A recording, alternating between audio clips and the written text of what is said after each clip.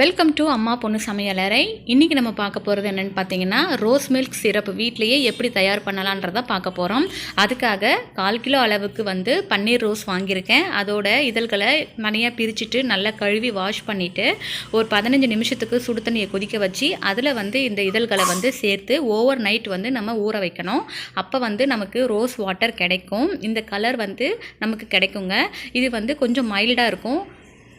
இப்போ நம்ம பாகு சிரப் ரெடி பண்ணுறதுக்காக நம்ம ரெடி பண்ணிக்கலாம். அதுக்காக நான் ஒரு 1/4 கிலோ அளவுக்கு மட்டும் சர்க்கரையை பேனில் போட்டிருக்கேங்க. இதில் தண்ணி ஊற்றுறதுக்கு பதிலாக நம்ம ரோஸ் வாட்டரை இதில் ஆட் பண்ணிக்கலாம். இப்போ பார்த்தீங்கன்னா எனக்கு மைல்டு கலராக இருந்துச்சுங்க. அதுக்காக நான் ஒரே ஒரு பிஞ்ச் அளவுக்கு மட்டும் ஃபுட் கலர் ஆட் பண்ணேன். பாலில் சேர்க்கும்போது நமக்கு ரோஸ் கலர் வரணும் இல்லையா, அதுக்காக மட்டும்தான் நான் ஃபுட் கலர் ஆட் பண்ணியிருக்கேங்க. இந்த சர்க்கரை நல்லா கரைஞ்சி நல்லா கொதிச்சு வரணும். அது வரைக்கும் நல்லா ஹை ஃப்ளேமில் வச்சு கொதிக்க விடுங்க. இது ஒரு நல்ல மணத்தோடு இருந்துச்சுங்க. பன்னீர் பூ வாசனை அவ்வளோ அருமையாக வந்துச்சு.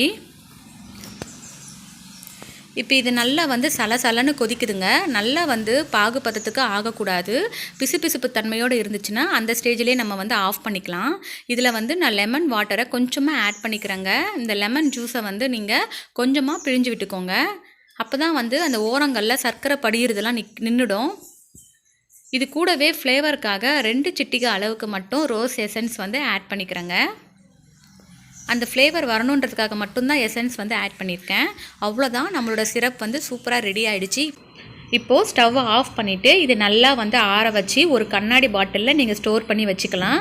இப்போ நம்ம ரோஸ் மில்க் தயார் பண்ணலாங்க. நான் ரெடி பண்ணி வச்சுருக்க ரோஸ் சிரப்பை பாலோடு மிக்ஸ் பண்ணிக்கலாம். நல்லா காய்ச்சி ஆற வச்ச பசும்பால் எடுத்துருக்கேங்க. இதை நீங்கள் ஃப்ரிட்ஜில் நல்லா வச்சுட்டு கூல் பண்ணிக்கோங்க. இப்போ நான் ஒரு டம்ளர் அளவுக்கு ஊற்றிக்கிறேங்க. இதில் உங்களுக்கு தேவையான அளவுக்கு சிரப்பை இதில் சேர்த்துக்கோங்க. நல்ல ஒரு கலர் கிடச்சிதுங்க. அதே மாதிரி ஃப்ளேவரும் அவ்வளோ அருமையாக இருந்துச்சு. எளிமையாக வீட்டில் நம்ம செஞ்சிடலாம். கண்டிப்பாக இது உங்களுக்கு பிடிக்கும்னு நினைக்கிறேன். இதுக்கு மேலே நான் ட்ரை நட்ஸை ஆட் பண்ணிக்கிறேன். உங்களுக்கு விருப்பம் இருந்துச்சுன்னா நீங்கள் சப்ஜா விதைகளை ஊற வச்சுட்டு கூட நீங்கள் சேர்த்துக்கலாம். இந்த வெயிலுக்கு அது ரொம்பவே சூப்பராக இருக்குங்க. கண்டிப்பாக ரொம்ப ஈஸியாக எல்லாராலும் செய்யக்கூடிய ஒரு ரோஸ் மில்க் நம்ம வீட்டிலே ப்ரிப்பேர் பண்ணியிருக்கோம். உங்களுக்கு இந்த மில்க் பிடிச்சிருந்ததுன்னா லைக் பண்ணுங்கள், ஷேர் பண்ணுங்கள், மறக்காமல் சப்ஸ்கிரைப் பண்ணிவிட்டு பக்கத்தில் இருக்கிற பெல் பட்டனையும் கிளிக் பண்ணி விடுங்க. அப்போ தான் நான் போடுற வீடியோஸ் உங்களுக்கு உடனே நோட்டிஃபிகேஷனாக வரும். ஃப்ரெண்ட்ஸ், எல்லோரும் இன்புற்றி வாழ்க. நன்றி.